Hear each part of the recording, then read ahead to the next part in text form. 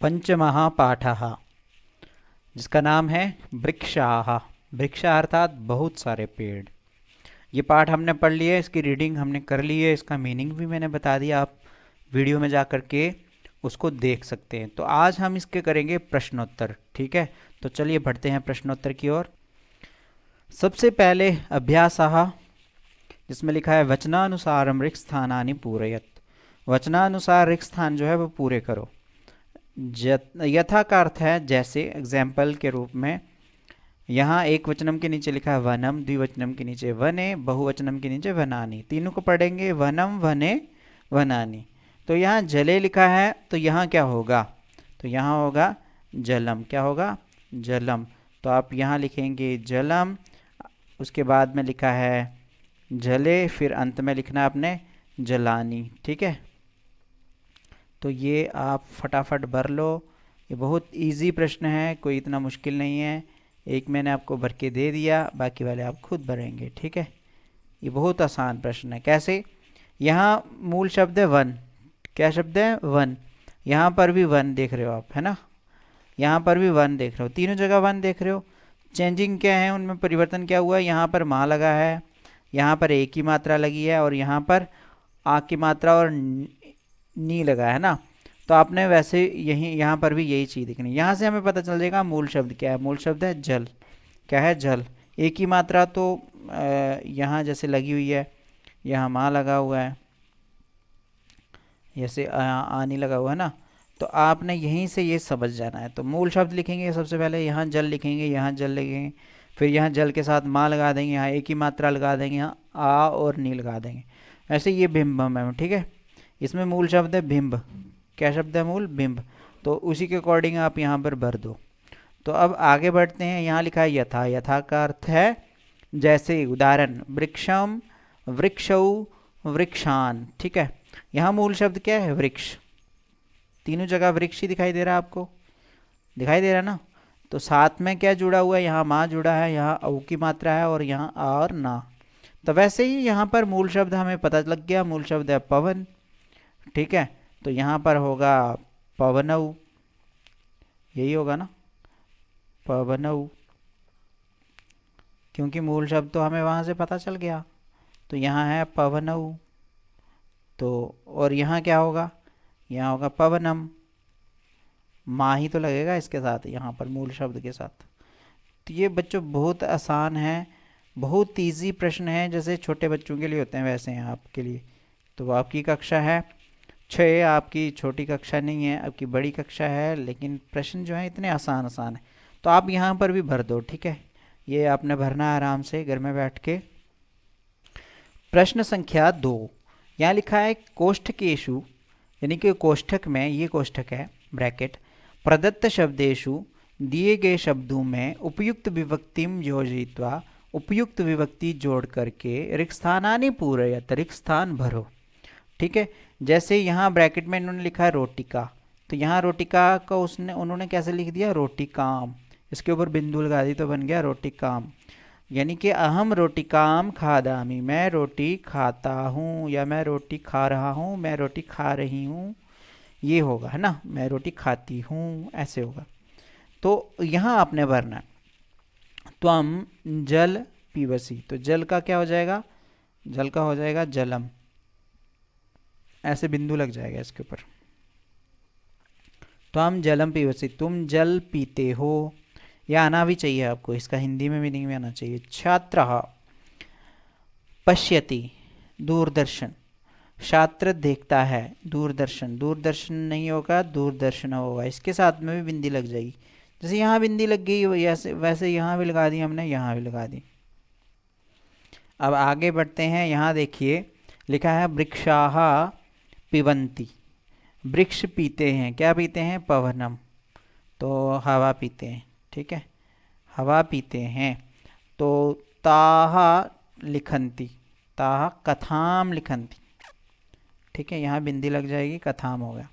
फिर अंत में है आवाम गच्छावा, आवाम जंतु शालाम गच्छावा, ठीक है। सबके ऊपर बिंदु लग जाएगा तो आपके उत्तर जो है वो अपने आप बन जाएंगे। हम लोग जंतुशाला जाते हैं। तो अब है हमारे पास प्रश्न संख्या 3। इसको हमने करना है। यहाँ लिखा है अधोलिखितेषु वाक्येषु कर्तृपदानि चिनुत।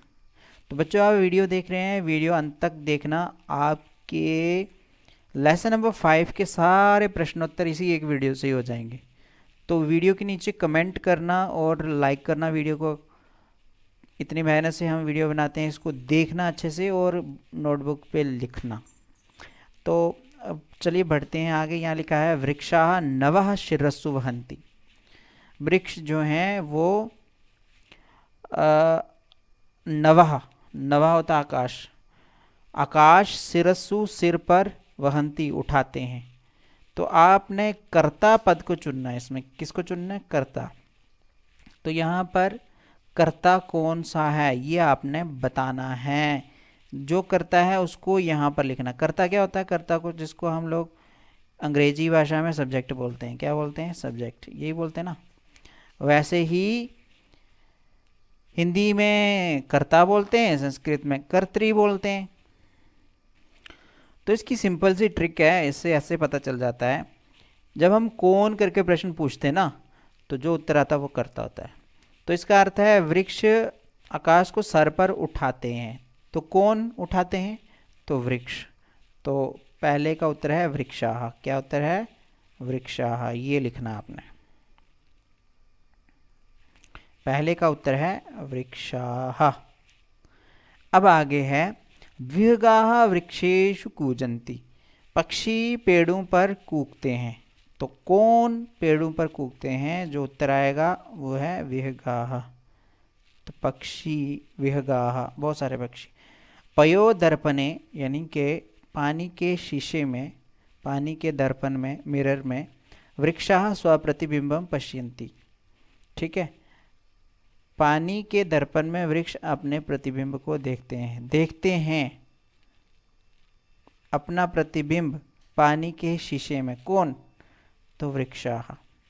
तो यहाँ पर भी कर्तृपद कौन सा है? वृक्षाः। तो कृषकः अन्नानि उत्पादयति। किसान अन्न को पैदा करते हैं। अन्न को पैदा करते हैं, पैदा करते हैं अन्न को। कौन? तो कृषकाः। क्या जवाब रहेगा? कृषकाः। तो अब अंत में है, लिखा है यहाँ पर सरोवरे मत्स्याः सन्ति।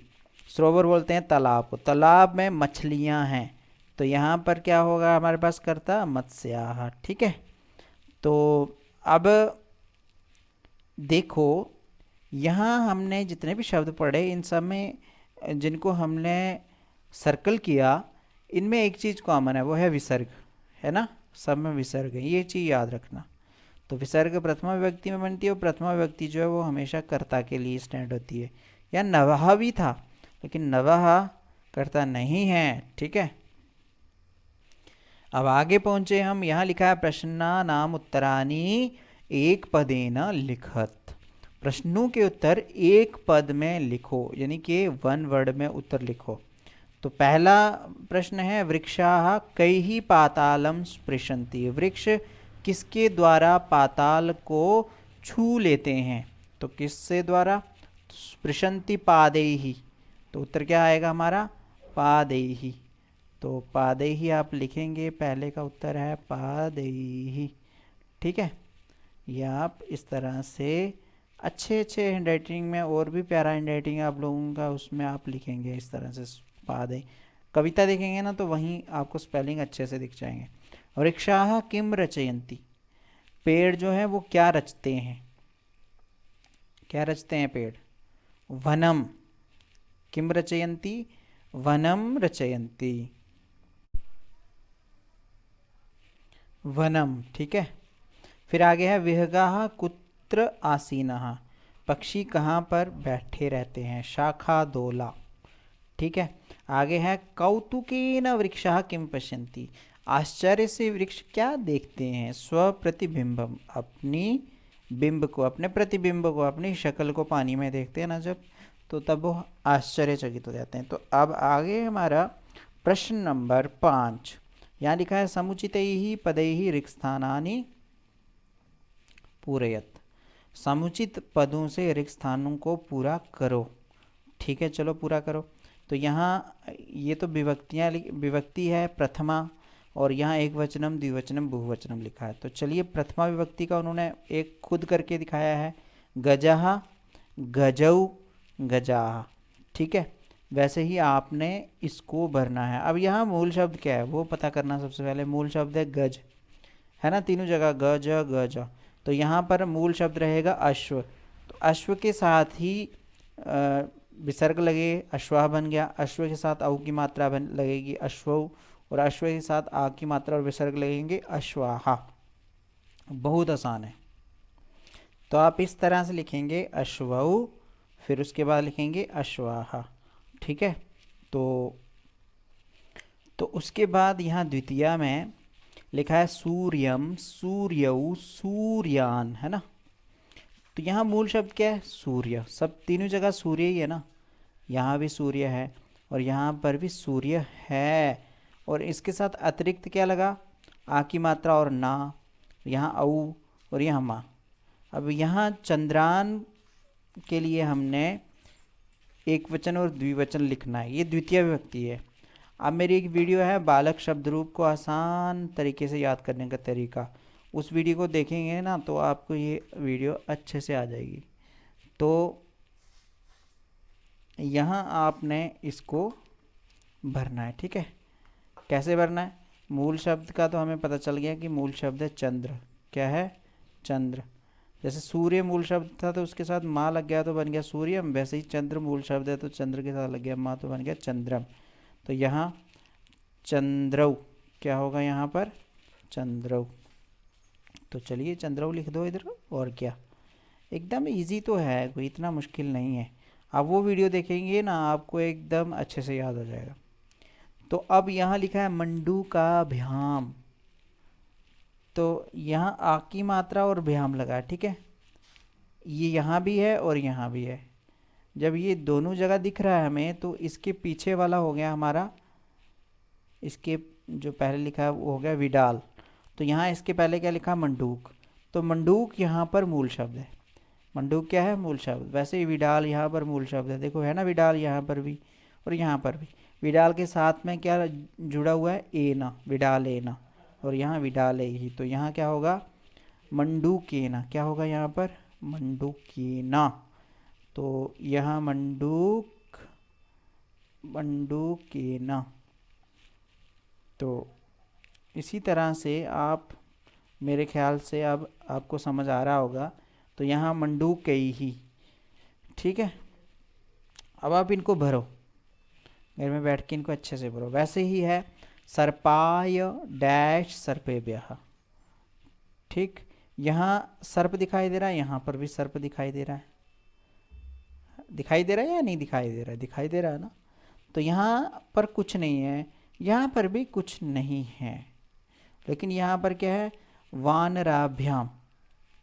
ठीक है, वानराभ्याम। वानर अलग है, और वानर अलग कैसे है हमें तो अभी पता नहीं है, लेकिन यहाँ पूरा लिखा हुआ है वानराभ्याम। तो यहाँ मूल शब्द का तो हमें पता चल गया कि मूल शब्द है सर्प। क्या है? सर्प। यहाँ सबके उत्तर मैंने भर दिए हैं, आप इनको देख लो। सबके उत्तर भर दिए हैं। ठीक है, सबके उत्तर भर लिए हैं मैंने। अगर आप अच्छे से वीडियो जो है समझना चाहते हो तो मेरे बालक शब्द रूप को देख लो, मुझे लगता है उसके बाद आपको भूलेगा नहीं। तो यहाँ से चलते हैं आगे। सर्पाय सर्पाभ्याम सर्पेभ्यः, वैसे ही वानराय वानराभ्याम वानरेभ्यः। पंचमी में मोदकात् मोदकाभ्याम मोदकेभ्यः। वृक्षात् वृक्षाभ्याम वृक्षेभ्यः। षष्ठी में जनस्य जनयोः जनानाम, और शुकस्य शुकयोः शुकानाम। तो सप्तमी में शिक्षके शिक्षकयोः शिक्षकेषु। मयूरे मयूरयोः मयूरेषु। संबोधनम हे बालक हे बालकौ हे बालकाः। नर्तक हे नर्तकौ हे नर्तकाः। तो यहाँ साथ में दो विसर्ग भी रहेंगे, हे नर्तकाः। तो यहाँ हे नहीं इन्होंने लिखा, तो हे आप खुद लिख दो। ठीक है, कुछ गलतियाँ उनसे भी हो जाती हैं। तो अब है प्रश्न नंबर 6। तो यहाँ आपने भिन्न प्रकृतिकम पदम चिनुत, बच्चों नीचे रिप्लाई में कमेंट करके ज़रूर लिखना, ठीक है। यस सर, हमने देख ली वीडियो, ऐसा ज़रूर लिखना। तो भिन्न प्रकृति जो शब्द है उसको आपने चुनना है, उसको अंडरलाइन करना है, सर्कल करना है या यहाँ पर लिखना है। तो गंगा, लता, यमुना, नर्मदा, तो इनमें भिन्न कौन सा है बताओ। गंगा नदी है, लता किस लड़की का नाम है, यमुना नदी है, नर्मदा नदी है, तो लता जो है ये भिन्न है। वैसे ही उद्यानम बगीचा, कुसुमम फूल, फलम फल, चित्रम पिक्चर, तो इन सब में अलग क्या है, चित्रम, क्योंकि ये तीनों तो हमें पेड़ों से मिलते हैं लेकिन चित्र थोड़े मिलता है। तो लेखनी, लेखनी हो गई, क्या हो गई लेखनी, कलम, ठीक है। तूलिका ब्रश को कहते हैं, ठीक है, जिससे हम लोग चित्र बनाते हैं वो वाला ब्रश। चटका चिड़िया, पाठशाला स्कूल। तो लेखनी, तूलिका और पाठशाला संबंध रखते हैं, लेकिन चटका जो है, चिड़िया जो है, ये संबंध नहीं रखती, तो ये अलग है, ठीक है। तो अब आगे बढ़ते हैं।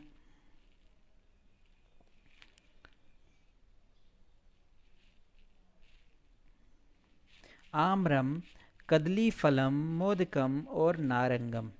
आम्र होता है आम, कदली फलम होता है बनाना, मोदकम होता है लड्डू और नारंगम होता है संतरा। तो इन सब में अलग क्या है, मोदकम लड्डू, लड्डू किसी पेड़ पे नहीं लगता ना। लेसन नंबर 5 के ये थे सारे प्रश्नोत्तर। उम्मीद है आपने इन्हें अच्छे से देखा होगा, ठीक है। और देखने के बाद आप इनको आप कॉपी पे लिखो और चैनल लाइक, सब्सक्राइब, शेयर और कमेंट कर दो नीचे, ठीक है।